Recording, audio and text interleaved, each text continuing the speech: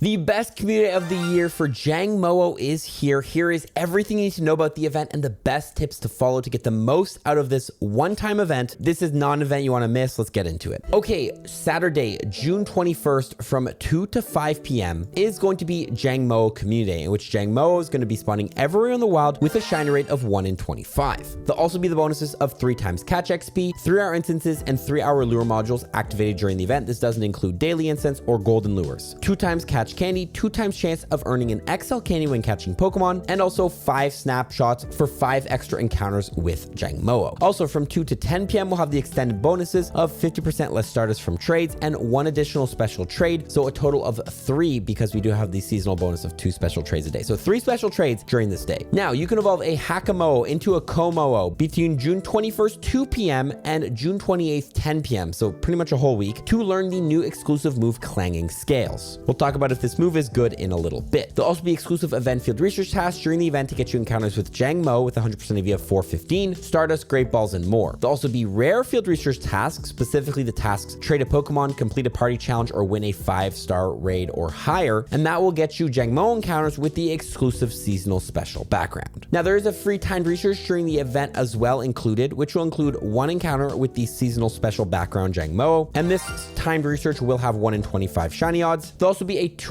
special research you can purchase in the in-game shop. This is a special research, so it will not expire. You can complete it at any time, but it'll get you the rewards of 3 Jangmo-os with a special background, more Jangmo-os without the special background, a raid pass, a rare XL candy, and other rewards. There'll of course be community day showcases during the event featuring Jangmo-o and Kammo-o on the same weekend. Okay, let's dive into it. This new move, this Pokemon, is it good? Well, as far as raid goes, Kammo-o, the final stage, does not get a full fighting moveset, so it cannot be used as a fighting type attacker in raids. But as a dragon type attacker, it can have a full dragon moveset. However, unfortunately, with the moveset of Dragon Tail and Dragon Claw, it is a weak dragon type attacker. But with the new signature move, Clanging Scales, it might boost its usability. However, with this new move, Clanging Scales, which does 120 damage in raids and takes 100 energy, this move will unfortunately not boost Kammo-o as a dragon type attacker. Kammo-o as it is already kind of an average dragon type attacker, and the dragon type category is so dominated by legendaries like Rayquaza, Reshiram, Palkia Origin Form, and even more budget options like Dragonite or Garchomp are still better than Kammo-o. So overall, this Pokemon is not going to be the greatest for raids, although it is a good budget attacker, and if you do power some up, you can still use it in the dragon category if you don't have anything better. As far as PvP goes, this is where this gets interesting. Both Kammo-o, the middle stage, and Kammo-o are decent to use in the Go Battle League right now. Kammo-o being ranked 143 in the Great League, Kammo-o being ranked 94 in the Ultra League, and Kammo-o being ranked 102 in the Master League. Specifically, this move does 120 damage, takes 45 energy, and will drop your user defense by 1 stage, so 1 stage less than close combat. This move will definitely boost the usability of Kammo-o, now with the moveset of Dragon Tail, Brick Break, and Clanging Scales. However, it really depends on what the meta is, whether you want to run Clanging Scales or close combat, as close combat might have better use in certain situations, especially with steel types around, while Clanging Scales others. But we'll have to wait till PvPoke updates their website to see exactly where the rankings fall. Definitely worth grabbing yourself a Kammo-o for the Great League, Ultra League, and the Master League. They're going to be everywhere. Anyway, you'll get the candies. It's also important to note that currently in the Master League format, a lot of steel type Pokemon, Crown Zacian, Crown Zamazenta, Duskmane Necrozma, etc., which could make this move a little bit tougher to use, so you might want to consider using close combat instead of it. But overall, it's a dragon pseudo Pokemon. Definitely get yourself some. Now quickly before we talk about the best tips, here are the 100% IV chart for Jangmo-o, showing the 100% IV from level 1 to level 50. Now I already talked about the level 15 from research being a 415. However, if you encounter Jangmo-os in the wild in non-weather boosted conditions, 830 is going to be the 100% IV. Jangmo-o is boosted in windy weather, so if it is windy weather, 899 CP will be the hundo for Jangmo-o in the wild. Other than that, there's 32 other 100% IV CPs you could find, so don't use this chart too similar, but those are the 3 CPs you should try to remember when hunting. Now, if you did end up catching a hundo or you want to power one up for PvP, you need candy. So here are the best candy tips to follow during the event. First of all, use pineapple berries or silver pineapple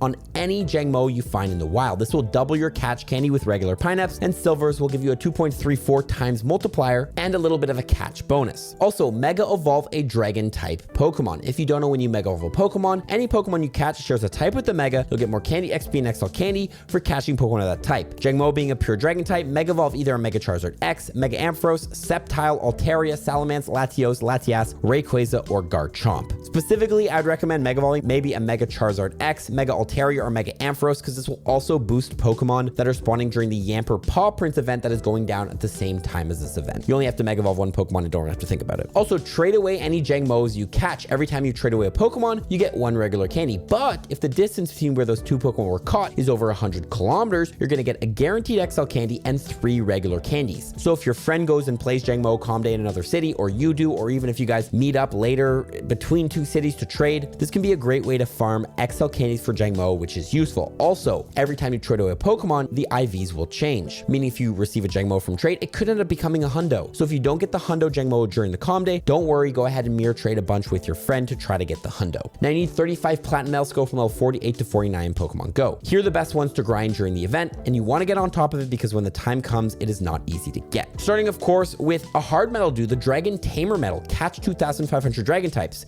Jangmo-o being a dragon, this is the event to do it. Also, we do have 3-hour lure modules, so drop your lures first at the busiest area, and you will work on your Picnicker medal. This is the best event to work on medals like this, because if you get and drop your lure before anybody else does, everybody comes. Everybody starts catching Jangmo-os off your lures, helping you on this medal. Now, obviously, remember to do your 5 snapshots during the event to work on your cameraman medal, have 400 encounters and go snapshot. During Calm Day, I always recommend working on your Pokemon Ranger medal because the task for Calm Day is catch 3 Jangmo-os, and Jangmo-os everywhere, so you can really grind out field research during the event. Now, I'll tell you why you want to play Party Play in a little bit, but the Life of the Party medal, if you're playing with friends, party with your friends, complete some party challenges to work on this medal. If you end up trading during the event, you can work on your Gentleman medal and also the Pilot medal, which, going back to what I talked about, the distance between Pokemon, this will be working on the distance if you're trading Pokemon that are caught far from each other. We got the Community Member medal. Check in at a Community Ambassador meetup on 100 different days.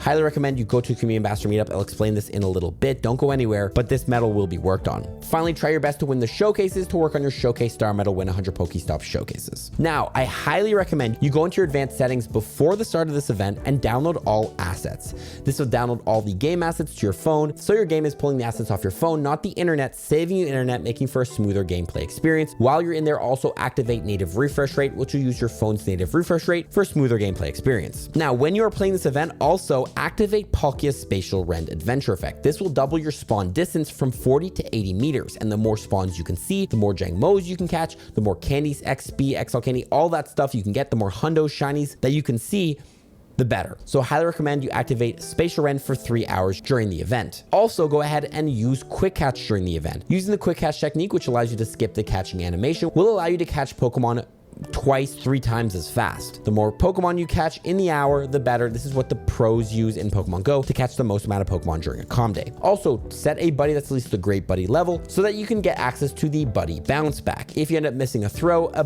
Great Buddy can go ahead and do the Buddy Bounce Back, throwing a ball back if you end up missing it. Now, we do have 3 times catch XP during this event, and if you are not level 40 or 50, this is the event to play for that reason alone. Because every time you land an excellent throw, you're going to get 1,000 XP. During this event, 3,000 XP. Activate a Lucky Egg, 6,000 XP per excellent throw you land and catch a Jangmo-o on. Jangmo-o is also a pretty easy excellent throw Pokemon to do. For example, catch 100 Jangmo-os on excellent throws, that's 600,000 XP. Do that for the full 3 hours, 1.8 million XP. Also, remember to do your special trades. 3 special trades during this event until 10 p.m. Highly recommend you either try to bang out some lucky trades, or if you catch some extra Jangmo-os that are shiny that you just have, highly recommend you just mirror trade 3 shiny Jangmo-os. There is a small chance that a Pokemon goes lucky when it is traded, and a lucky has an IV floor of 12, 12, 12, meaning a pretty high odds of potentially getting a Shundo Jangmo-o. Now, as I mentioned before, you want to activate Lucky Eggs to get more XP, and the best way to do this is through Party Play, as I mentioned before. Party up with your friends, and if you use a Lucky Egg in a party, everybody gets 15 minutes of Lucky Egg. Instead, if you were to use on yourself, you'd only get 30 minutes. That's double value out of your Lucky Eggs. Party up with 4 friends, everybody uses 4 Lucky Eggs. You guys are all going to get 4 hours of Lucky Eggs. Technically, you only use 3 because the event is only 3 hours long. 3 lucky eggs for 3 hours of lucky egg.